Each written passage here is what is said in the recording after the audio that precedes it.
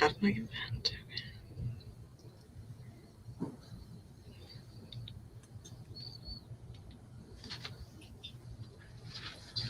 All right, folks, I think all the streams are connected properly. Hello. It is May the 4th, which is Star Wars Day. So, of course, nerd that I am, I had to dress the part. Hello, everyone. I hope you're all doing well. Good morning, afternoon, evening, whatever time it is, wherever you're tuning in from. My name is Alex Sorotsky. I am a public health educator with the Washington Poison Center, public health educator with the Virginia Poison Center.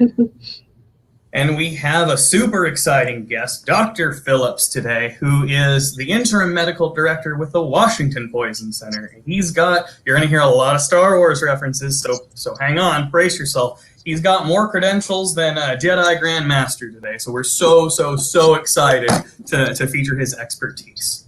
Now, why are we here today? We are here, I hope you kind of have a sense of what we're up to because you clicked on the stream. But if you didn't, if you just stumbled into it, that's okay. We all work for different poison centers. We represent 2 of 55 different poison centers all across the country. Now, one of the coolest uniting factors of every poison center is our toll-free national telephone helpline. That is 1-800-222-1222. You can call us in any poison exposure situation to help you, your family, your kids, any adults you're with. You could call from yourself. You could call from a healthcare facility, and we can help you out. Now, we get calls on all sorts of situations, and what brings us here today is a more seasonally specific one. So while Tatooine in the Star Wars universe is summer all year long, we on Earth have all these different seasons we cycle through, which brings with it all sorts of specific poison concerns. So we're going to take a deep dive into spring-specific poison risks and hazards across our different poison centers. So let's get started with a topic near and dear to my heart and sinuses, allergies. So Fiorella, you're in Virginia, we're in Washington. We have different types of allergies and pollens that pop up. Those totally differ by region and all that. I'm guessing we probably get fairly similar caller concerns regarding allergies. So can you tell us a bit about why someone might call the Poison Center in regards to allergies? We get a bunch of different types of call when it comes to allergies, or, well, I guess I would say more specifically their medication. So perhaps there's medication errors, their dosing. Maybe someone got into the wrong medication. Yes, kids, we have that a lot too, doubling up. So it's a lot of, I would say a lot of medication errors and dosages. All right, thank you. Now, Dr. Phillips, why might we be concerned about allergies and allergy medications at any poison center? Well, there's really 2 main points of concern, and because allergies are so ubiquitous, so are the use of allergy medications and remedies. So we think about kind of 2 main categories, kind of the expected side effects, and that might mean taking a diphenhydramine, and one of the trade names is Benadryl, and there's a variety of other ones, and that can make you sleepy. It can give you a dry mouth, it can make you a little constipated, and so we will get calls about expected side effects, but we also get calls about over-medication when someone takes too much of a antihistamine or allergy medication trying to combat that. And that can result in all kinds of very serious side effects, from being very sleepy to having seizures and heart rhythm problems. So it can be quite a problem. Thank you for walking us through that. Do you have any suggestions just to help prevent those kinds of accidents from happening? Sure. Well, I always say only use medications as they're directed by your provider or the label on the product. And if you're having any more serious type symptoms or things you don't understand, call your poison center at the 1-800-222-1222 or call 911 if it's more serious. Thank you for that. Yeah, and we like to emphasize that, the Poison Center is always here to help. And if someone is not breathing or is unconscious, bypass us and call 911. All right, so let's shift gears a little bit away from allergies and more towards bites and stings, because it is theoretically, depending on where in the country you are, probably some nicer weather. Folks are outside more, they're hiking. There's more exposure to creepies and creepers, crawlers, and critters that are coming out. And while there's no Sarlacc pit like on Tatooine that we could fall into on Earth, there are things that could bite us, that could sting us. So, Dr. Phillips, what are some common bite and sting concerns that we have here in Washington specifically? Well, of course, our climate's a little bit later than in southern states, but we're always concerned about different types of bee stings. Ants and ticks are very common, but also this time of year, we're starting to see rattlesnakes that come out and come into contact with people. So we should really respect snakes and keep our distance from them. Most often, the minor bites and stings from insects can be managed at home and may need some advice from a poison center. But snake bites and bites from other animals like skunks and bats and so forth are a little more problematic. And that really means you should go to a healthcare facility, hospital, or an urgent care to really get checked out a little closer. All right, thank you. Now, Fiorella, how about Virginia? Are there any Virginia-specific creepies and crawlies you'd like to reference now? Well, I mean, we do have this, the bees stinging and things like that, and spiders. But well, one of the things that when I moved back here after a lot of years is that especially where I'm at, I'm in Richmond, Virginia, and just the central Virginia area, we get a lot more calls here, for example, in the Pacific Northwest on the copperhead snakes. I had no idea. So it's pretty much a copperhead town. So just around starts to get warmer, probably pretty soon, we'll start getting more and more calls. That snake. I think where you are at, I think more perhaps rattlesnakes, but here we definitely see a lot more, copperhead snakes. All right. Now, kind of in the same vein, not necessarily about creepies and crawlies, but one of the things Washington is known for is hiking. We have a lot of avid hikers. And Fiorella, I actually don't know the hiking scene in Virginia. Is there a hiking scene in Virginia? Yes, of course there is. All right. I mean, yes. I mean, I live by the river, and a lot of people like to do that as well. But I mean, yeah, it's definitely a lot of flora and fauna as well here too. The famous Appalachian Trail runs through part of Virginia, actually. Oh, perfect. I gotta travel more. I need to get out of Washington. Hikes in the world that I've never done, but I'd like to. Now, whether you're hiking around Rainier National Park or across that Appalachian Trail, Dr. Phillips, what are some concerns that hikers need to watch out for? Well, hiking really brings you into contact with lots of things in nature that you wouldn't necessarily find in your backyard or your garden, particularly different insects, animals, plants, and even mushrooms. And when it comes to plants and mushrooms, people oftentimes are somewhat enthusiastic about trying to consume them as part of a meal. And some can be very edible and some can be quite poisonous. And unfortunately, there's a lot of lookalikes. You might be thinking you're getting wild onions and you're certainly not. You're getting something that's quite poisonous. So you have to be very careful. And I always tell people, check with an expert. And that's an expert who's a reputable expert who really knows plants or mushrooms before consuming them. If you're going to have mushrooms, only have small amount of one particular type. Don't mix and match different types of mushrooms or plants in the same meal. That makes it more problematic for us to identify and help you. I think that's a very excellent point. If you are going to do the research and go into this kind of foraging mode and try a specific mushroom or plant, stick to one at a time, because that does help folks at the Poison Center know what might be causing a given symptom.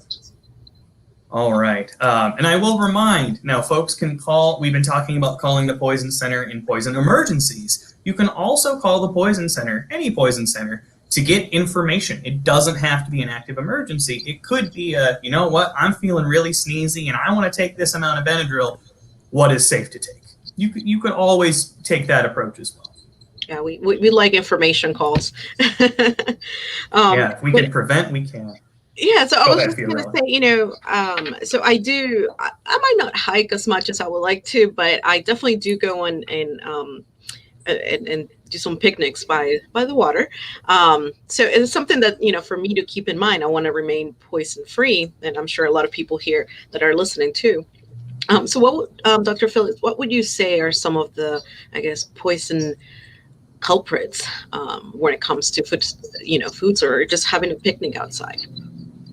Oh, well, picnic outside, really the problem with food outdoors is food at the wrong temperature, not preserving it and preparing it appropriately and transporting it. So if you're going to have a picnic, make sure that foods that need to be chilled or refrigerated are chilled and refrigerated, and not allowing to warm or thaw too long um, before you consume them. So if you cook them, make sure you eat them after you cook them. Don't wait when you're out of doors. Do you have any other tips that perhaps that can help people with hopefully preventing food poisoning? Yeah, always try to keep it cold when you're transporting it. So if you're hiking in addition to your picnic, then of course most people will have hiking types of meals that are prepared and sealed and don't suffer the same problems as a simple picnic. So try to keep your food less than 40 degrees Fahrenheit. Keep your food clean, wash your food, store it properly. Don't cross contaminate uncooked meats with cooked meats or other types of foods or vegetable. And if you are cooking meats, make sure you cook it thoroughly. And there's lots of temperature guidance for different types of meats to make sure they're cooked thoroughly to ensure that you don't get any types of infections from the meats. Thank you. That's awesome. Good to keep in mind, especially when it gets around 90 to 100 degrees pretty often here, very humid in Virginia. So yes, definitely keep in mind the storage of food. No one wants to deal with food poisoning on a hike or a picnic, let alone in 90-degree humid weather. That's not a fun combo. Right. All right, folks. So for those who are watching now, please feel free to drop any questions in the comment section. We should be able to see that if you're tuning in from Facebook. We are getting close to the end, so I want to pitch it to both of you. We'll start with you, Fiorella. Are there other spring-specific concerns you'd like our viewers to note? Well, I guess I just want to say, like, especially we talked a lot about hiking or being outdoors, and perhaps this is the best season to do this. Just be careful when you're out there, and again, yes, snake season is coming up, so just be very aware of your surroundings. If you have kids, teach them to respect the snakes, or even plants that they don't know. Teach them to not to touch, and always ask a parent. And I think that's just be aware of your surroundings. And for example, snakes, they are, for the most part, they will be afraid of you. So if you see one, just kind of slowly back away, since this is what we have here. But yeah, and just have fun and enjoy the rest of your spring into summer. All right. How about you, Dr. Phillips? Any last points of advice? Well, one thing I kind of glossed over when I were mentioned hiking, and that is, didn't really talk about, I mentioned the backyard, but I didn't really talk about some of those things. And of course, one of the things in the backyard and or your garage would be fertilizers and pesticides or gasoline that you might put in your lawnmower. And make sure all of those are safe and away from young children. Those in particular can be quite hazardous. And oftentimes they're put in the wrong container. We see these kinds of calls every day where gasoline is in a drinking container. And that's just really a setup for a disaster. So be very cautious with that. Be very careful touching fertilizer granules or liquids with bare hands. Make sure you use resistant gloves or clothing on that, because it can burn your skin as well. So just doing things in your backyard and your garage. Beware and be safe. I'm so glad you circled back to that. I realized I completely forgot to lob that question to you. So good attention to detail there. All this was just a test for Dr. Phillips, and he passed. Did I pass? Yeah. Yeah. All right, folks. Hey, we're getting a question. Haha, I love live questions. What are some food safety tips for grilling outside? Go ahead. Oh, well, I was just going to say, I can just add a little bit here. We'll start with clean hands. We often overlook this, the beginning of this, and just make sure. And then we get into, separating, not cross-contaminating things that are, raw versus things that are cooked, and always cooking foods at the right temperature. And I think we're going to put actually a link in the comment section a little bit later, so you can get more information on this. But any other tips, Dr. Phillips? I think the one thing is it's probably easier to cook meats indoors to the right temperature. It's a little harder to estimate on the grill. So always make sure you check meats on the grill, or if you're hiking, make sure you cook it, so it's done through and through, not just raw, because that's a setup for food poisoning. The last thing. The link that we'll set up is a great link that has all kinds of great information for you on cooking indoors and out.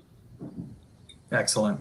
One of the final things I'll add with grilling specifically, and you asked the question, grilling outside, that's key, is that using a lot of these barbecues and grills, they are meant to be outside, because a lot of them produce pretty high levels of carbon monoxide. And what's so tricky about carbon monoxide is you can't always smell it.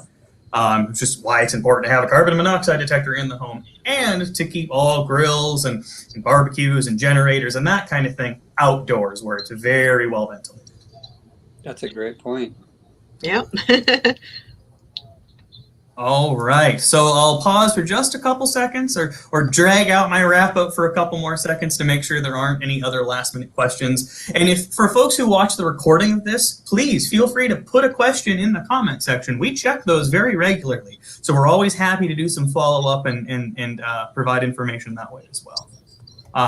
My homework for everyone watching is, if you haven't already, please put that Poison Center number in your phone. Write it down, put it on your fridge, tattoo it on your arm, whatever it is you need, so that you can access it when you need it. It's always helpful. Aha! And my dragging out worked. We got another question. Let's see. Good long one.